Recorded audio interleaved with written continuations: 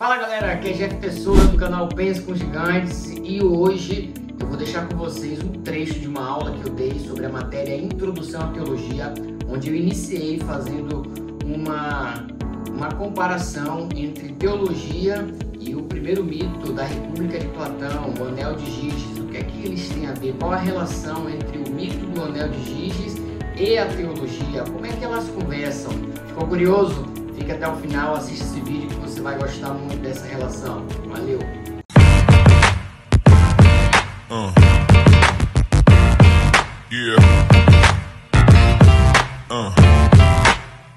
E para começar a nossa aula, eu queria iniciar desta maneira. Vocês já ouviram falar sobre o Anel de Giges? Ou o mito do Anel de Giges? Vocês já ouviram falar sobre isso em algum lugar? Já estudaram sobre isso? Já viram alguém falando sobre isso? Bom, eu queria iniciar com esse mito, né, descrito em uma das obras de Platão, a saber, A República. Eu tenho ela aqui, ó. Não sei se vocês conseguem ver. Deixa eu aumentar aqui para vocês verem. Ó, A República de Platão.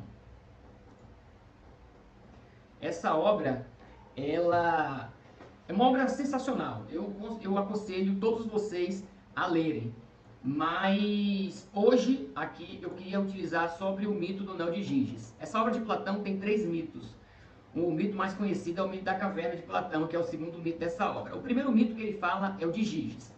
Olha só que coisa interessante. Ele conta, ele está debatendo sobre o que é a justiça. Qual o conceito de justiça? E o que eu acho interessante é que, em determinado momento, ele discutindo com um personagem chamado Glauco e com Trasímaco, Glauco vai trazer à tona essa história de Giges para poder tentar provar para Sócrates, que é o personagem de Platão, o que é que ele entende por justiça. Mas eu não quero que vocês se baseiem na justiça, eu só quero que vocês entendam o mito. Existia um homem chamado Giges. Ele era um pastor de ovelhas da cidade de Lídia. E certa feita, ele pastoreando as ovelhas dele, aconteceu um terremoto que devastou a cidade, abrindo várias crateras nesse local onde ele morava. E ele ficou bem assustado com aquele terremoto e andando, né, sobre aqueles destroços todos, ele viu uma cratera muito grande. Quando ele olha para essa cratera, ele vê um homem muito grande, morto por conta do terremoto. No dedo desse homem tinha um anel de ouro. Ele pega então esse anel de ouro para si, coloca no dedo e vida que segue.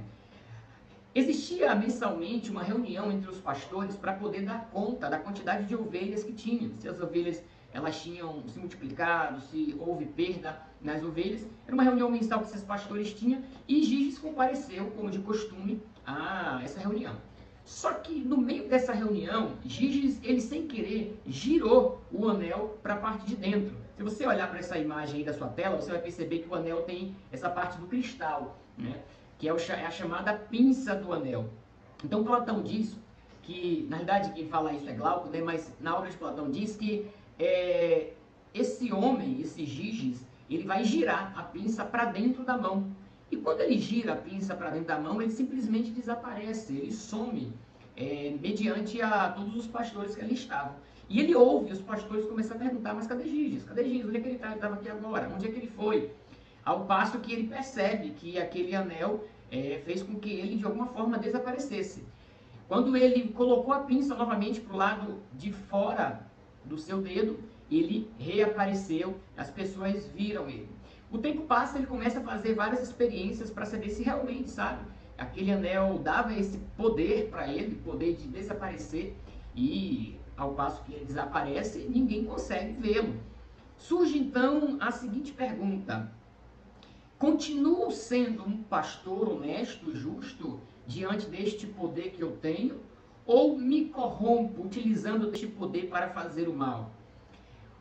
O Platão, na sua República, a história se segue, né? E certa feita, Giges se aproveita desse poder que ele tem, e mensalmente ali tinha uma espécie de sorteio para que um desses pastores fosse até o reino, prestar conta das ovelhas. Então Giges ele frauda o sistema de sorteio, é escolhido para poder ir até o reino da Lídia. Chegando no reino da Lídia, utiliza o anel para matar o rei, convence a rainha se torna rei da Lídia juntamente com a rainha, justamente por causa do anel. Daí que vem o mito do anel de Giges, o anel que traz poderes mágicos, o poder da invisibilidade, o poder de fazer coisas e ninguém ficar sabendo.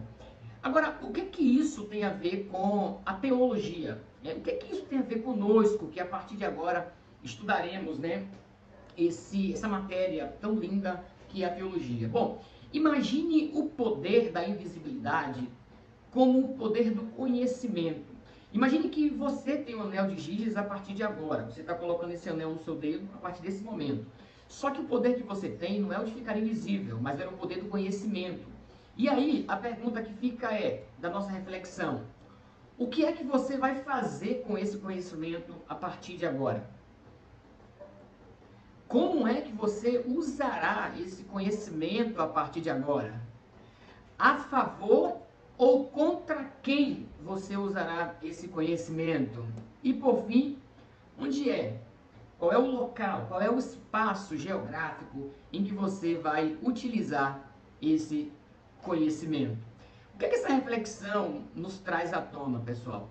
É que a partir do momento em que as pessoas começam a estudar teologia, é normal que o coração do indivíduo fique um pouco prepotente, arrogante, porque o conhecimento ele tem esse poder de trazer um pouco de arrogância intelectual. Mas o Jonas Madureira, ele tem um livro chamado Inteligência Humilhada, vocês não podem passar dessa vida para outra sem ler esse livro. E ele fala justamente sobre a humilhação do nosso intelecto. Nós, quanto mais estudamos e mais sábio nos tornamos, a proporção é que mais humilde nós nos tornemos.